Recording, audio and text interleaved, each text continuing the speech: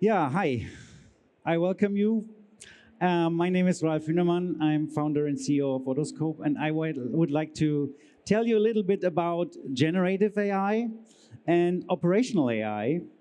So, if we look into a recent study from Best IT and ECC Cologne from January 25, they asked companies about their top 3 key objectives for technology decisions.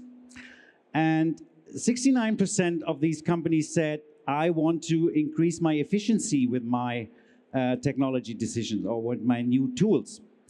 And 53% of the companies said, I want to cut costs. And 48% said, I like to improve the customer experience. So these were the top 3 objectives. And then they asked them, okay, what is the most important technology for this? And they said, okay, it's like 53% of the companies said it's AI. So there's another study from Bitkom, which was recently published in October 24, and they asked companies about AI.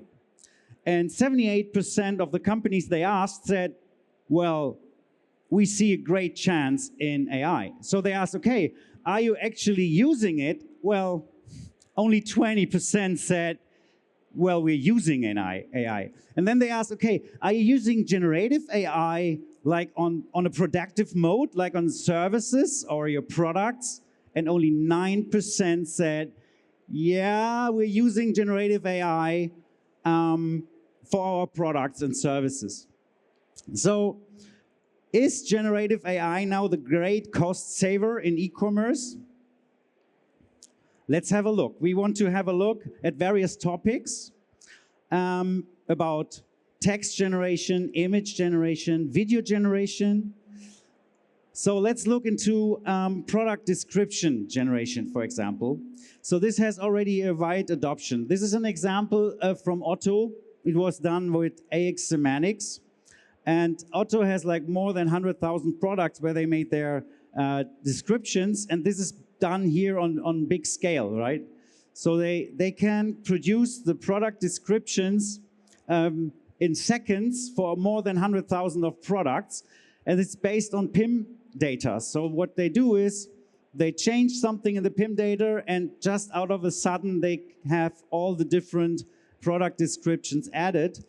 And also, it's not just description of the product, it's also more added value. So they have like longer text descriptions, and like you can see here on the left-hand side. So yeah, this has already a wide adoption, and it's at least used here. So let's look at image production. Here's an example from Kalida. This was done by Meile Müller. And they have 3D product data. So the big challenge here was that the products were not there when they already wanted to publish them in the shop. So they did not exist in real, so they were not able to make a photo shooting. So they had the 3D data and used this together with AI models to generate this. So this is 100% AI produced. And they wanted to have, of course, a consistent visual identity. And yeah, this is what they produced. So parts of their shop now still already have completely AI-generated images. So now let's look into videos. So videos, I couldn't find any online shop where AI-generated videos were really inside the shop. So I played a little bit around with AI and tried to figure out how can we build some videos. So there are some image generation AIs where I showed this picture and I said, okay, please make a video out of this image. And this is what came out of this. I think this is quite okay. Yeah, it's better than just a static image. You can see that it's a little bit AI. You can see it at the jeans, yeah, at the pants. But if you look at the foot movement, for example, this is all pretty nice already. And so this could be something which could be used in the future for getting more emotions in the shops, right? But I wanted to bring it a step further because I said, okay, this is now a picture with a fixed model. And I would like to have a different model. So can you please generate me something with a different model? So what I did was I just presented this pack shot, this product shot here. So this was the image I presented to the AI, and I scripted a prompt where I said, okay, let a fashion model walk along a beach, and you have a choppy sea in the background. And so this was done with some character, a consistent character video. And this is how it looks like then. It's a little bit more AI, as you can see, yeah? But it gives you an impression what's possible here, yeah? So these are all examples from AI which you can publicly access. But the next generation of video generation is already on the rise. This is Google Veo 2. I don't know if you heard about that. This is really great because they have real-world physics and real human movements included. They have like cinematic graphic details. And if you look at this, you can see like they have different camera types, camera angles. And if you look at the movement of the models here, it's really great. And you have like this different camera lenses, and you can really prompt this. So this is about to come. This was created by Kari Purainen. And I think it gives you a good impression of what is coming up with AI video generation as a next step. So let's get some more impressions here. You see colorful, you see very detailed, and you see the hairs in the wind. Here you see this reflecting jacket. Also the movements here are very smooth. And as I said, this human behavior and human movements are very good here. And this is, of course, a little bit more futuristic and more creative.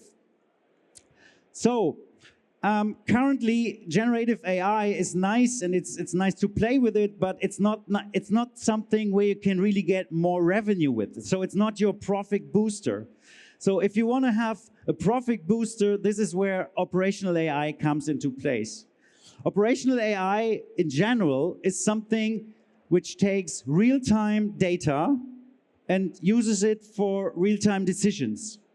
You know this from autonomous vehicles, for example. Yeah, they take the real-time data, all the sensoric data, and I brought you an example for this. This is something quite new, and this is not AI generated. This is a real video of an autonomous vehicle from Unitree, and this is something special because it has legs and wheels. Yeah, and as you can see here, it can move around all different kind of terrains, and it has these wheels where it can move very fast, but it also has legs if it gets rough, if the underground gets rough. It can even run through water. So you have many different sensors here which need to be applied in real time. So for example, it needs to figure out, okay, I have a rough underground and I need to use the legs instead of the wheels, for example. And this is all used from an AI to control how this vehicle moves around, right? So this is something what is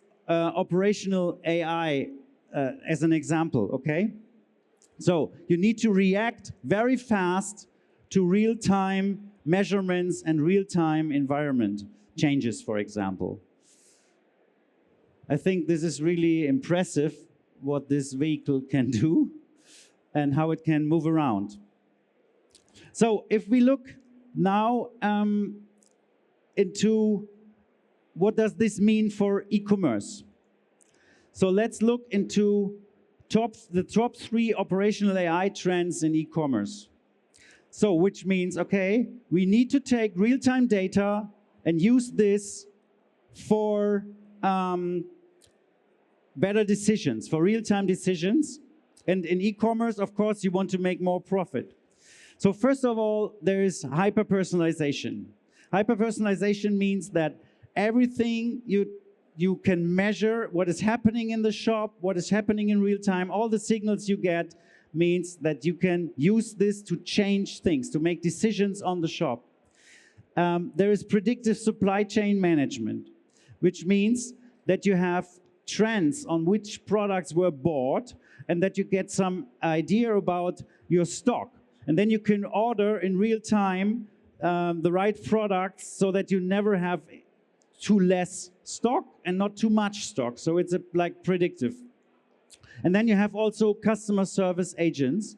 Customer service agents means that you have an AI customer service which reacts in real time on what the people are requesting.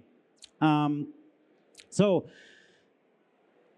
let's have a look at how these different top trends are according to the top objectives of the companies. So we have the increased revenue, we have cut costs, and we have improved customer experience. These were the top 3 objectives. So let's look. Hyper-personalization definitely increases the revenue. So it has like 3 stars here.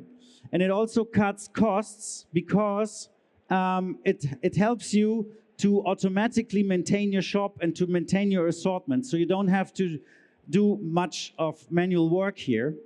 And it improves the customer experience by far because everyone gets his own shop, right? Predictive supply chain management does not increase your revenue very much because it doesn't help you to sell more, but it helps you to cut costs a lot, yeah? And it improves experience also, not that much, but it helps you to have everything on stock so you don't run out of the products, right? Because you order them at the right time. The customer service agents do not help that much. I mean, at least these AI agents, which help you to answer questions automatically, they don't help you much to increase the revenue, but they cut costs somehow, yeah, because you don't have to have human agents here. But it's only on 80% of the cases you can really use agents here, AI agents. And customer experience is somehow improved, okay? But as you all know, I mean, I don't know if you experienced some AI agent at the service line of, I don't know, Deutsche Telekom or Deutsche Bahn or something like this. It's not always a better customer experience, yeah? So, but it's improving over time. So yeah, this is the overview. So now let's deep dive into hyper-personalization. What does hyper-personalization in e-commerce really mean? So first of all, look at the landing pages. So this is a typical landing page where you have some emotional pictures, where you have some categories teasered, and where you have some personalized recommendations.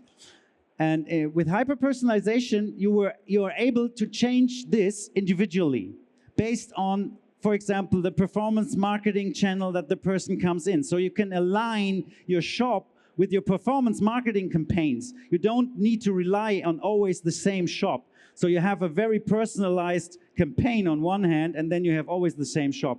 This ends now. In 2025, hyper-personalization is able to change the shop based on your performance marketing.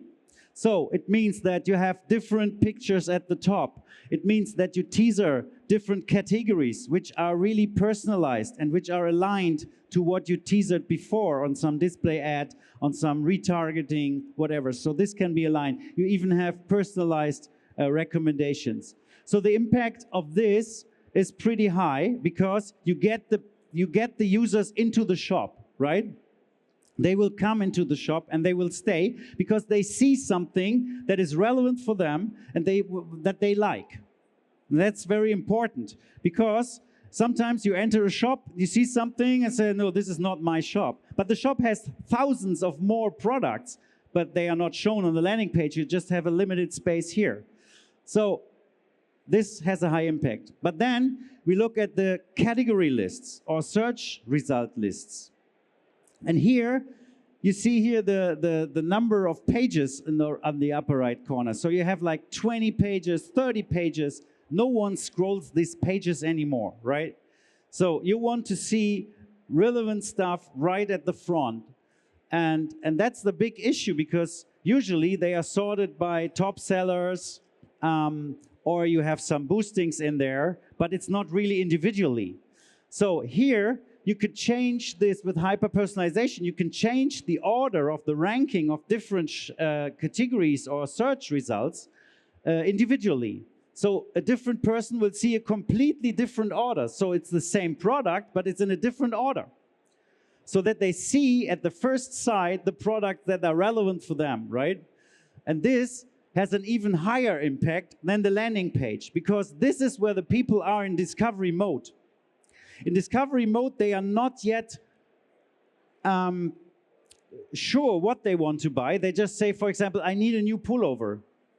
And please go away with these filters. I don't know the color I want to look for currently. I just want to be inspired. And I don't know the brand I'm looking for because I want to be inspired. Show me something that is nice for me, right? This is what we as a customer want to have from a shop and what we expect from a shop. So with hyper-personalization, you can give it to your users. You are able to present the users highly relevant content.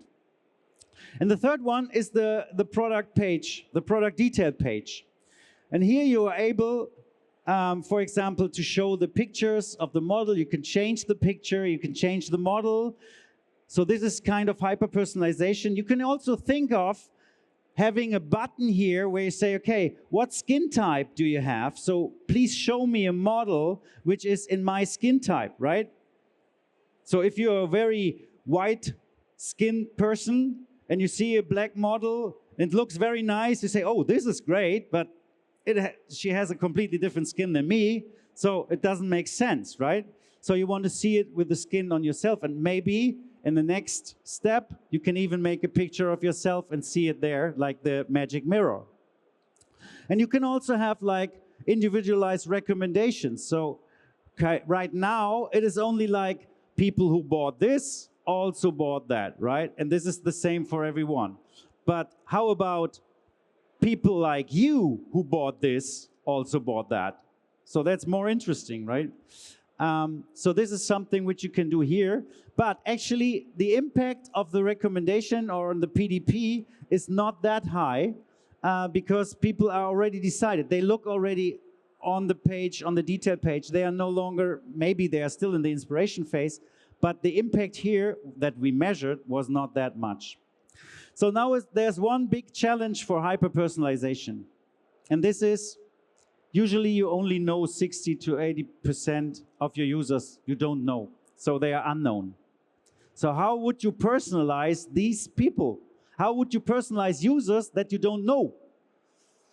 That's a challenge, right? But I have some good news for you. Because if you look at the data fingerprint of an online shop, so this is what we call the data fingerprint. This gives you a correlation of the different attributes that a user brings in to the products that they buy.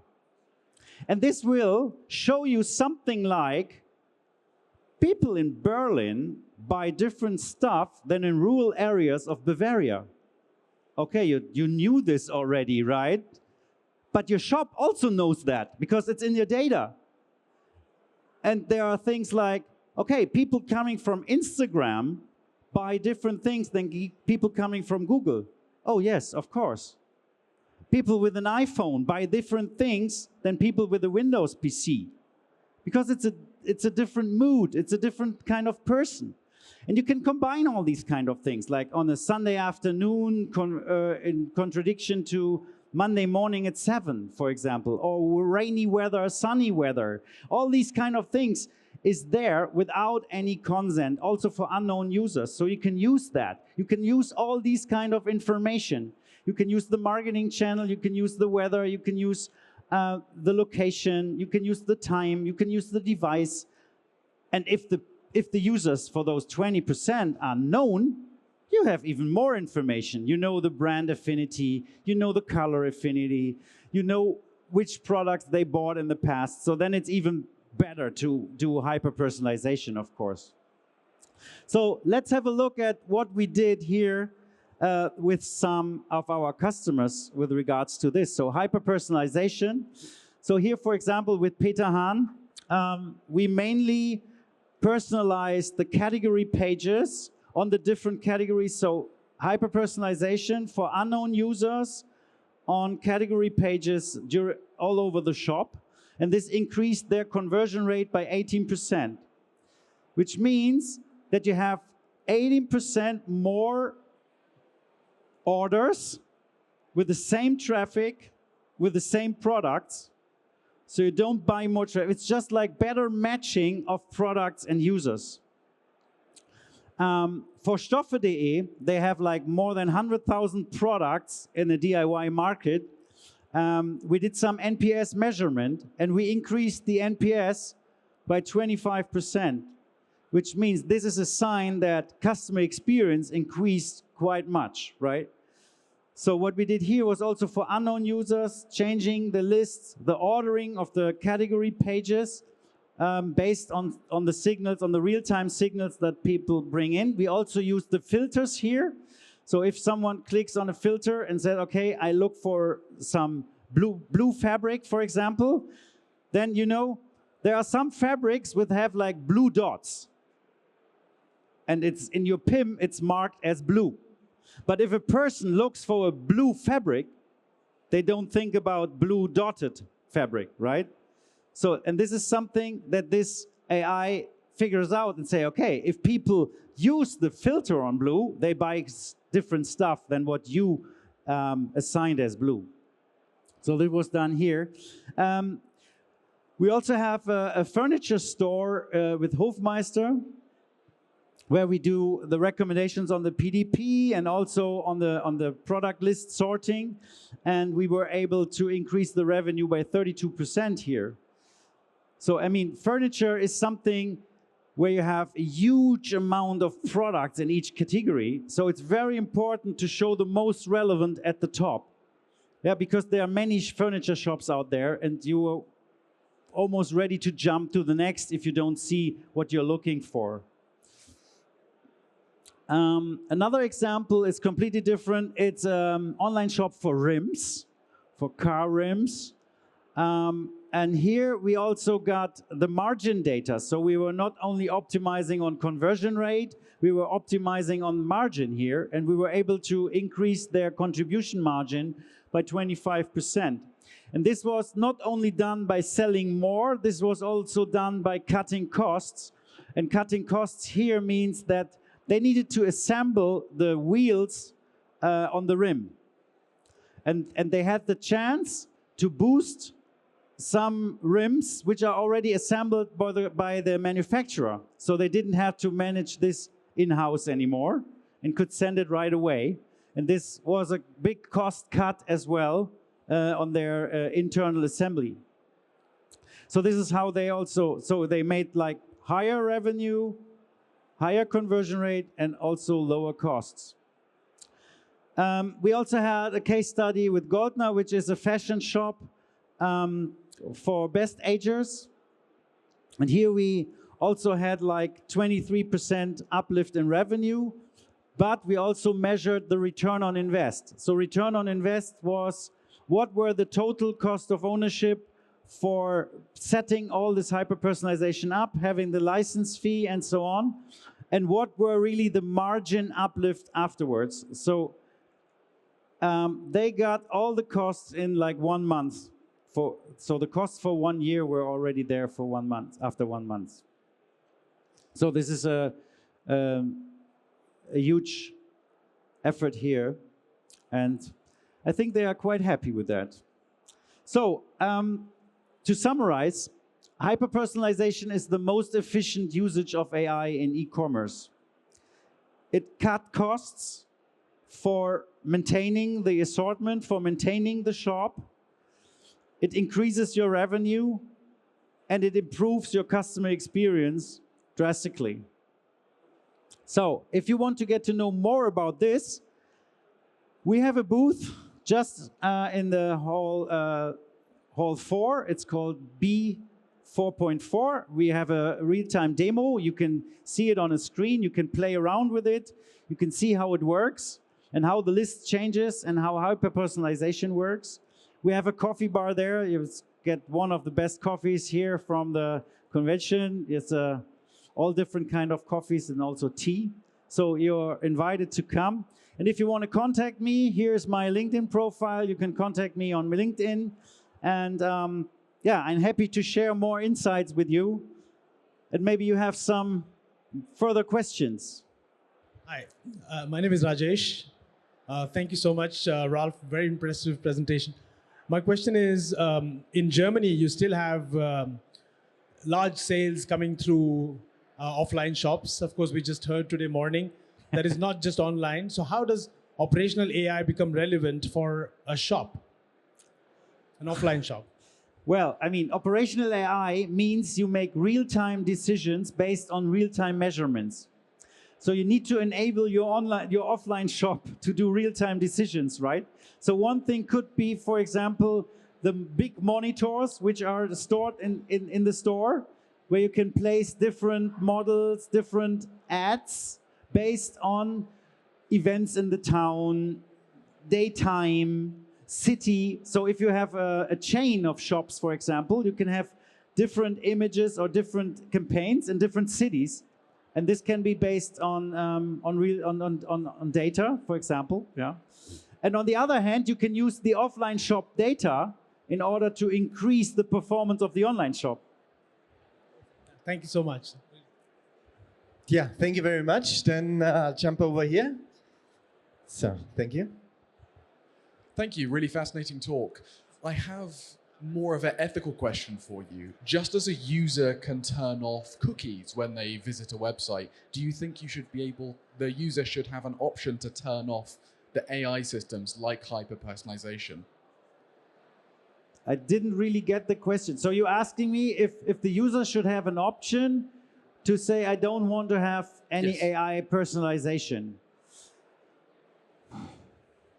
Well, of course you can ask that. But so this is fully privacy, right? You don't use any data of, it does not necessarily need to be real personal data. So you don't have to identify the user. If I identify based on your IP address that you're located in Berlin and I show you products which are more relevant in Berlin, I don't cut off the other products. It's just that they are found a little bit deeper. You need to scroll a little bit more, yeah? So what I can imagine is that you give the user a hint and say, look, this sorting or this shop is currently personalized for you based on this data. You're located in Berlin. I identified that you're using an iPhone and you came in via Instagram. And then you say, oh, I'm not a typical Instagram user, so please don't use this information, okay? So that could be an option. Yeah, or just for a visit in Berlin. So usually I come from Munich, so please use my Munich data. Something like that. So that could be an option, and with our system could be realizable. So yeah. Thank you. Thank you very much, Christian. So I was curious about you presented Gen AI generated images and videos at the beginning of your presentation. So I'm curious where you are in that process with your current customers. Had you already implemented that? Can you tell us a little bit? So we are not a Gen AI company. Well, Gen AI is something else. It's not our part. But what we can do is we could use it for hyper-personalization. So if the customer of our customer, like the shop, is able to produce Gen AI videos, Gen AI images, like 10 different images per product, we could use that for hyper-personalization and say, okay, this user I rather show this one, and this user I rather show that one, okay? So you could use these generative AI-generated images for presentation. What we actually do right now already with Peter Hahn, for example, is to show the right color of a shirt, of a pullover. So they have a pullover which exists like in 10 colors, is only shown once in the list. But we pick out the right color for the right user, okay? So one sees this same pullover in blue, the next one sees it in green. And we could use this also, the same mechanism we could use with the model, with the background. So you have different kind of images of the same product. So that's, yeah. And I see at our customer side it's just on the rise. So we don't have many customers yet, and I don't see many shops out there who really produce their images completely on AI. And I pitch this to many shops and say, look, if you do this, we can do more about hyper-personalization, yeah? And we can have even better experiences because we have better emotions on the pictures, individualized emotions. But this is the next step, I guess, because the market is not far enough currently. And as you saw with Gen AI, it takes some time and experimentation. So there was one more question here. Yeah, thank you very much. First of all, we almost ran out of time. If a quick question, one question, otherwise please feel free to talk here. So who wants to do it publicly? Publicly. Okay. Publicly. Is that a word? Yeah, that's a word. Hi, thank you. Very, very fascinating. A lot of this hyper-personalization is based on data, having a lot of data, right? How would you apply this to a smaller e-commerce business? Is that feasible? Yes, it is feasible also for smaller e-commerce businesses. Then you're not that granular, you're not that detailed, yeah? So for example, we have some smaller shops which are located in different, or which have a presence in different countries. And for example, if you just do this country-wise, you save a lot of costs by maintaining the different countries, but the behavior in the different countries is very, very different. Like in France, people have a completely different buying behavior than in Sweden, than in Spain, in Germany, in Poland, yeah?